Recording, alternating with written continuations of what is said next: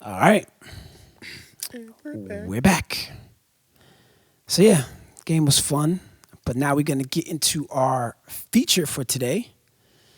Let me actually take a sip of water. So yeah, Lee, we talking about a boss today. All right. A boss.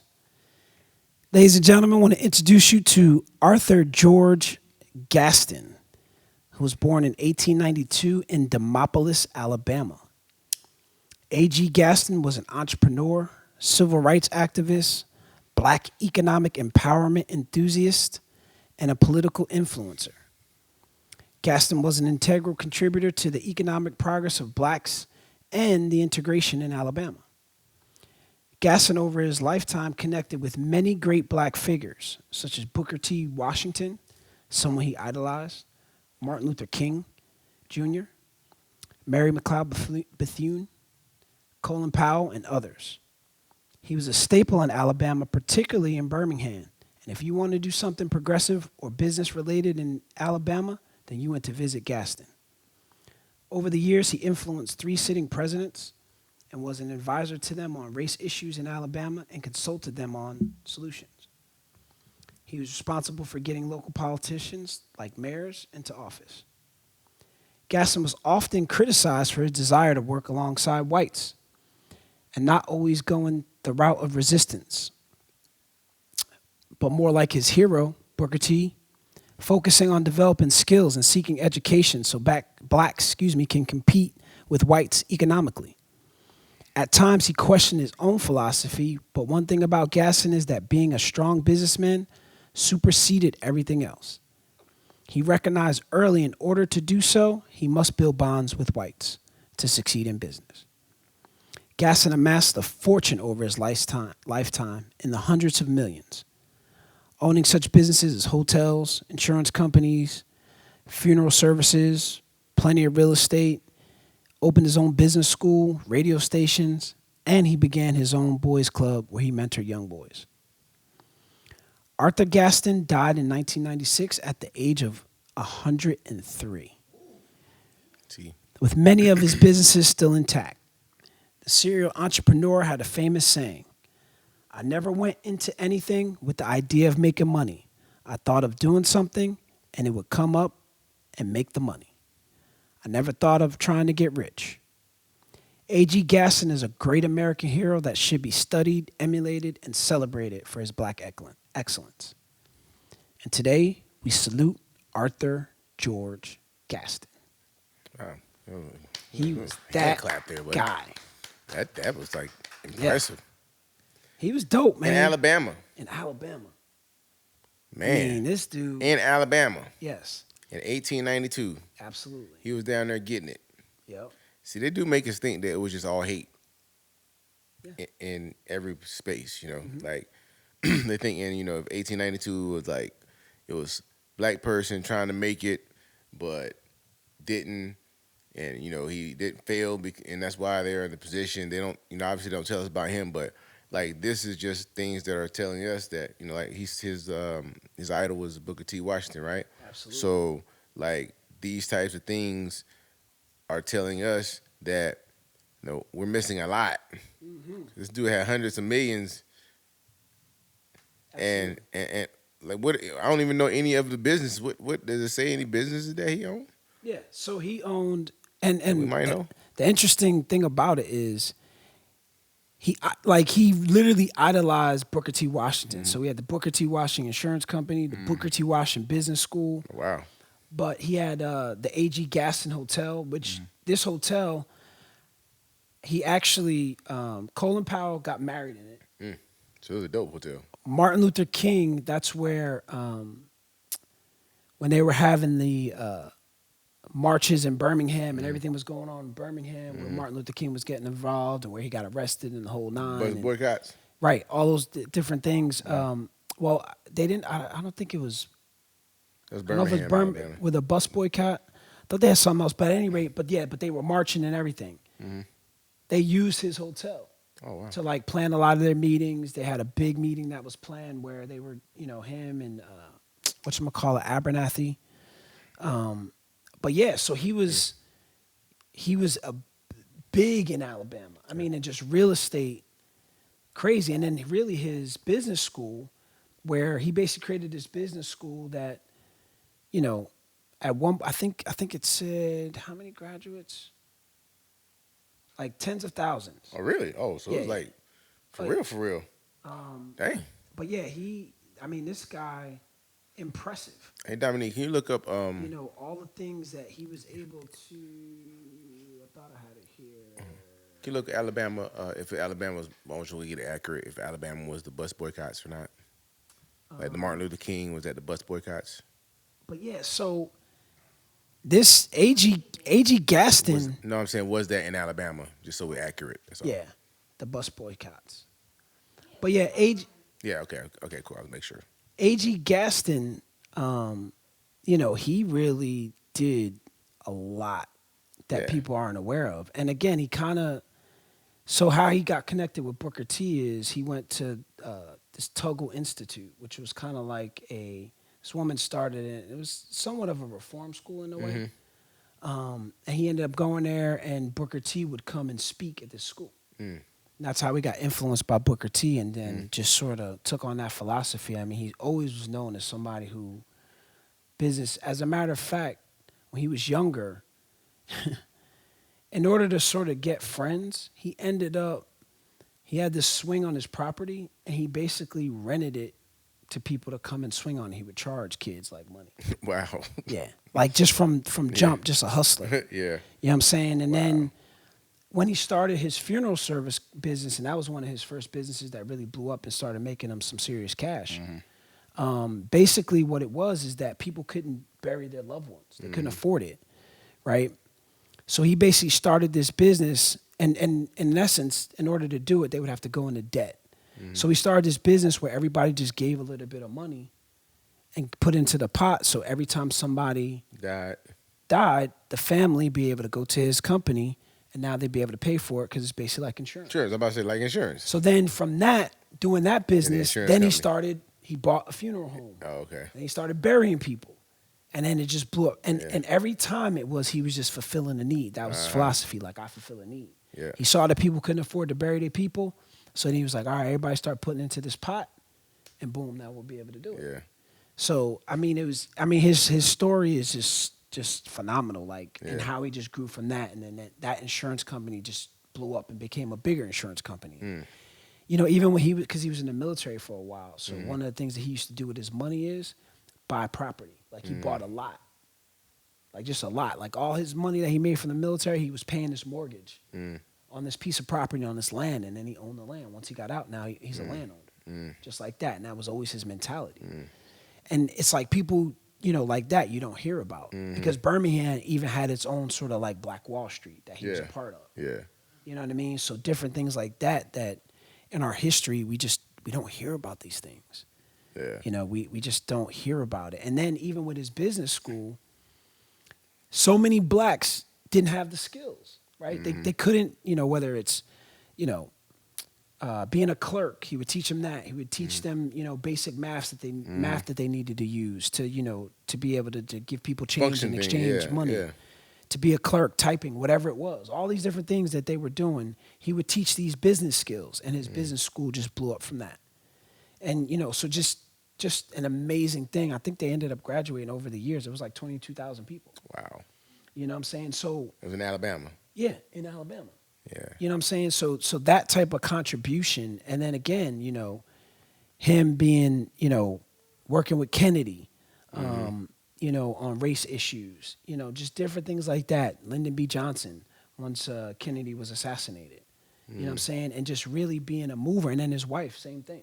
Yeah. You know, she did so much. So. I mean, you know, businesses like that kind of give you that kind of clout. If you are able to influence all the people in your area, you know, then they think you have the ideas for everybody there. I mean, for all of your area, and that's, you know, that's how you get to the White House. Yeah.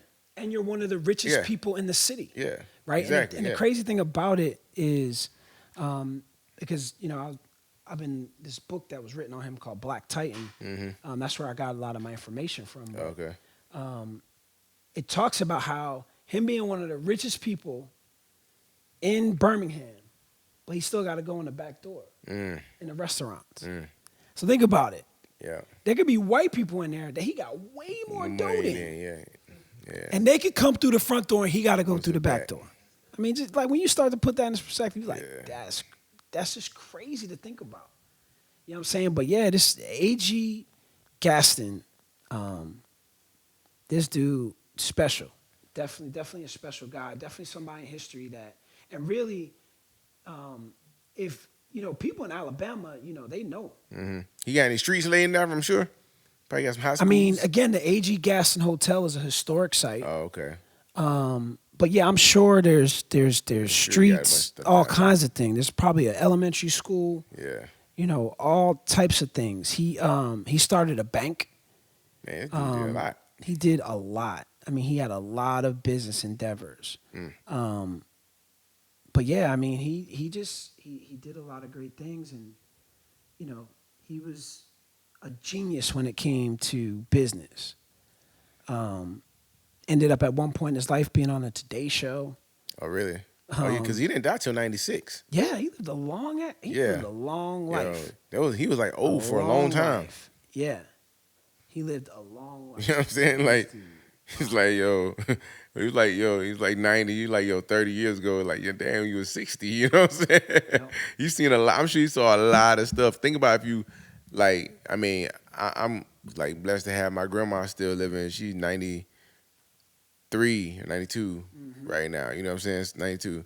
So like just what he saw, he was 18. What 1892 he was born, and to develop and have all that time, he's met Booker T. Washington and Martin Luther King. Exactly. You know how much energy he got with that? You know what I'm saying? Like, so Booker T. Washington came to a school and he got to meet Martin Luther King in the same space, same lifetime. And really, at that point, to him, Martin Luther King was just a young guy. Yeah, that's what I'm saying. He was a young You know what I'm buck. saying? He was a young guy Yeah. because so A.G. Gaston, when Martin Luther King got arrested, A.G. Gaston twice bailed him out. That's what I'm He saying. put up the dough. Yeah, yeah. Like, cause again, like he was literally the bank. He was the OG. Like he was, and to him, Martin Luther King was, a young guy, preacher doing good things, and he admired him. Yeah. But he actually didn't always agree with him because he thought marching and protesting. It's putting too much up. Well, yeah, because in essence, what you're doing is he looked at it as at times creating more friction. Uh-huh. And again, for him, he looked at it also like, all right, this could be bad for business. Yeah. Because True. in his mind, he's like, look, we're gonna focus on working with, not against. That was Booker T. Washington, though. Exactly. That's exactly right. Yeah. So that's the He philosophy come for that he philosophy. adopted. Yeah, he stayed with right. it. He came. It with worked that. for him. Worked for him. You know what I'm saying? Worked for him. Absolutely. Yeah. Like, so again, and I think to some degree that's probably why I think even blacks don't maybe not Push talk him about out him like as that, much yeah. because again, oftentimes you got the Uncle Tom tag, Yeah, I'm sure. right? Like you're an Yeah. Uncle Tom. Yeah, You know. especially got dough too, and he dealing with white people. He definitely. Yeah. I mean, Booker T. Washington had to deal with that. But and like, only thing I be saying is like, look, man, when he need to get bailed out, who bailed him out? Yep. Well, You know you know what what I'm it kind of saying? reminds Like, me yo. of, and I don't really know it verbatim, but you guys actually probably know it. On one of his songs, it might be his latest album, J. Cole has like a verse where he talks about like, if you make fun of a You millionaire, broke and climbed a and millionaire, you the broke- joke's on you. Right, exactly. Yeah. You know what I'm saying? Like when you think about that philosophy, like people who would criticize him and say, Yeah. "Oh, you're this, you're that." Okay, but hold on. Look how many blacks he's employing. Yeah. It also brings me to like even what we heard Jay-Z say in a sense when he talked about, okay, we're past kneeling. Because in a way, A.G. Gaston had that similar, like we're past this point of just trying to fight. Now we got to get skills, we got to create economics, we got to get money. And if we get money, then they'll deal with us. And we'll be at the table, we will be in the rooms. But the whole point is to get in the room. Yeah. You can't make a change if you're not in the room. Yeah. You know what I'm saying? If there's friction between you and the other side, they're not letting you in. And oftentimes he felt, sometimes that's what Martin was created.